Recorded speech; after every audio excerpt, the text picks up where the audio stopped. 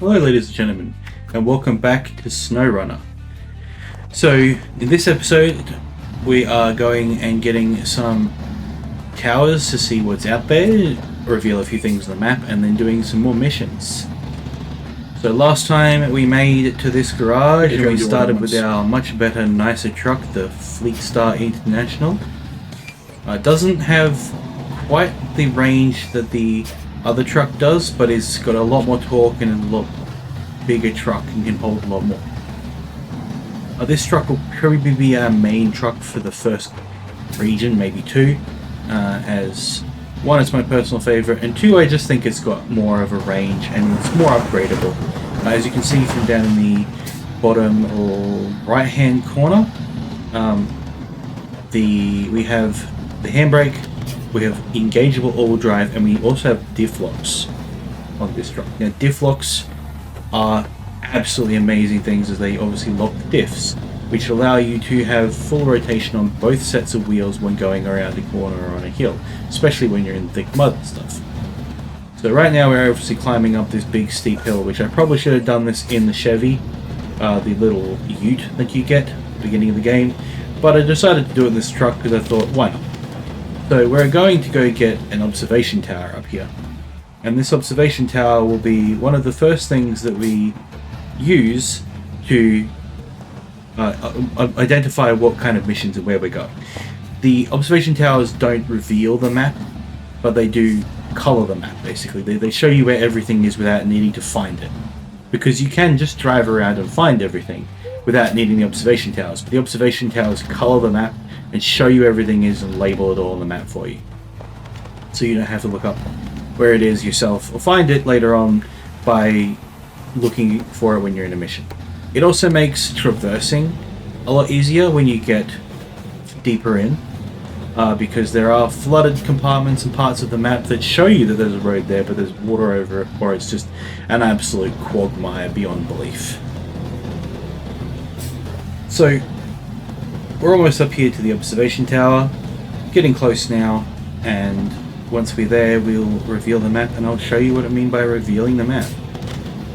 I do enjoy the environments in this game, and I know that lots of people turn off the day-night cycle, but I prefer it on.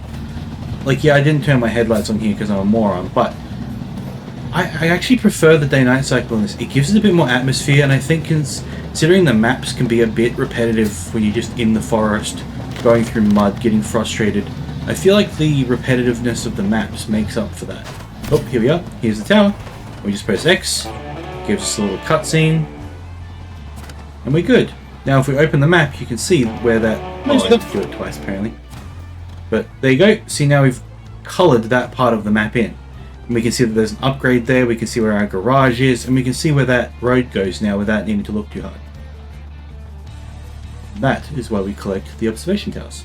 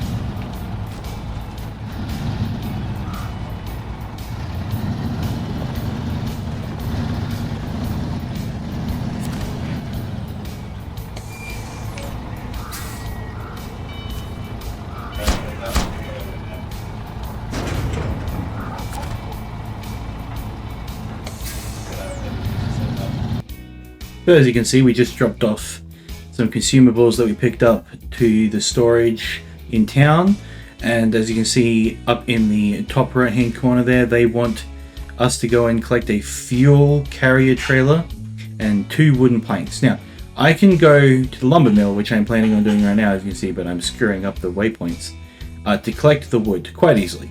That's actually going to be my next job. Then I have to find a way of getting that fuel carrier trailer into town. That's going to be more of a difficult job and require us to do a few other jobs beforehand, which isn't unusual for a game, but in this game it makes it feel more realistic, whereas like, oh, I need to do this, but to do that first I need to go and do A, B, and C first. Now, this is again sped up with me driving to the lumber mill. Otherwise, I am definitely not doing 120 on a dirt road. I hope you've been enjoying the footage so far, but if you are watching, like and subscribe. And yeah, I hope you enjoy the footage of me driving around the countryside and doing this sort of thing. God, I'm tearing down that hill, aren't I? But yes, so as you can see, we arrived at the lumber mill like last time, and as like last time I told you, last time we grabbed the trailer that had these 2 planks on it.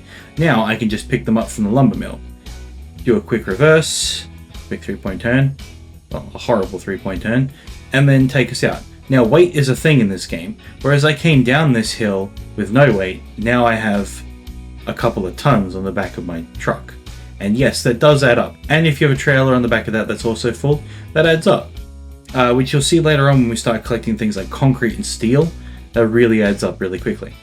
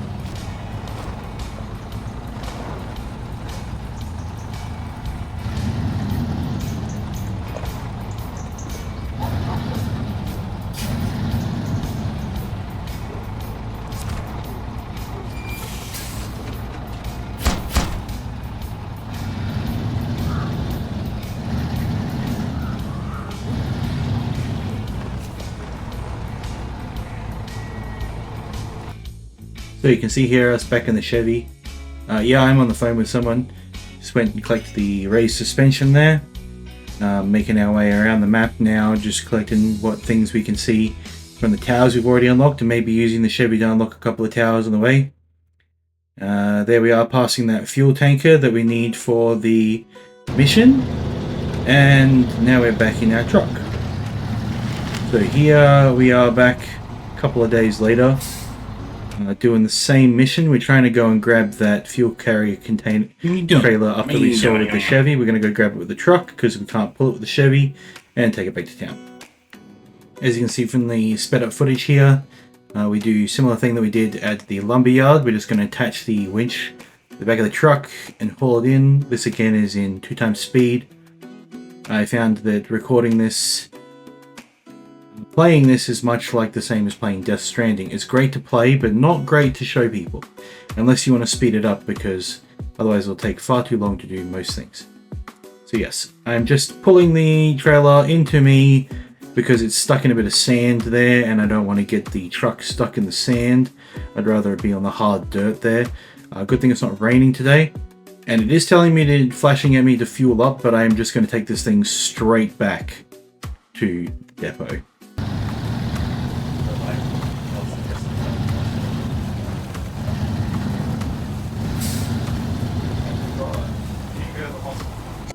And here is the first obstacle. As I was saying, there are lots of things that you need to clear before you get there. This road is going to be the easiest way for me to get this fuel carrier container or fuel carrier trailer back to town. I could take the dirt road, but there is no way I'm going to be able to get that amount of weight with my current truck back to the depot. So as you see, I recover my truck and leave the trailer there at that fallen power line there in the map. And that is now my new quest, to go and get that fallen power line and make it not fallen anymore, so I can grab that fuel carrier trailer.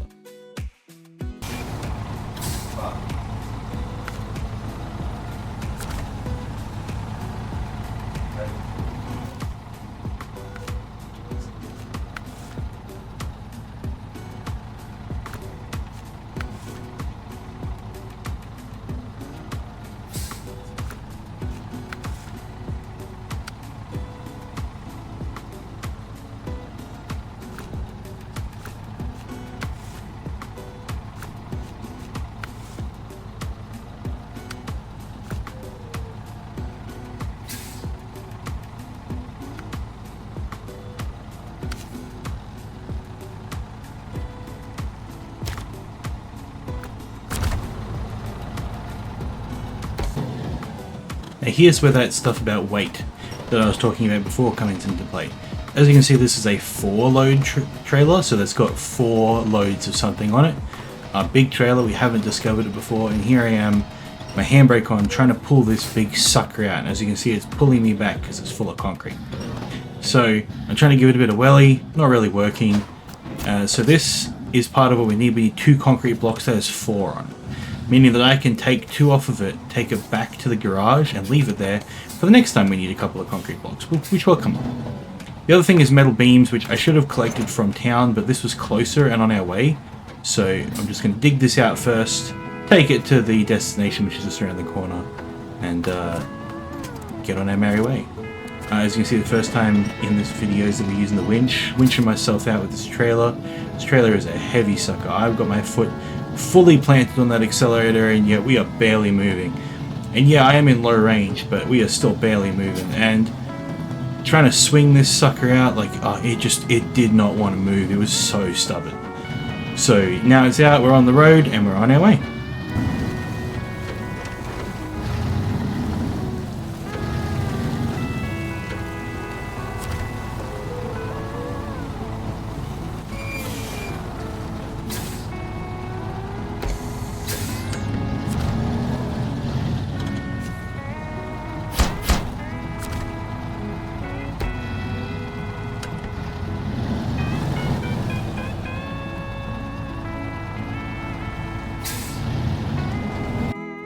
So as you can see, we're back at the garage.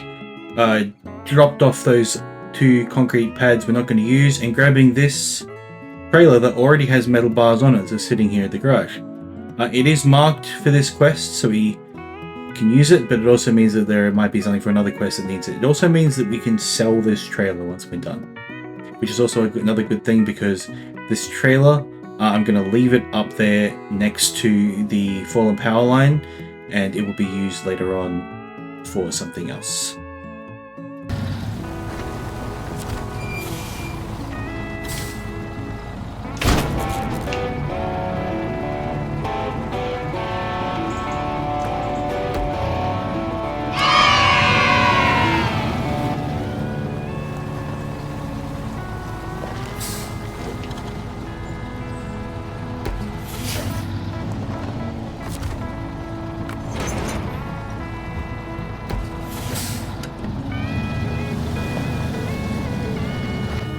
Alright, all hitched up. Let's get this sucker back into town and finish this quest. So, yep, we're just going to drive all the way back into town, hand it in, and finish the quest. And that'll be it.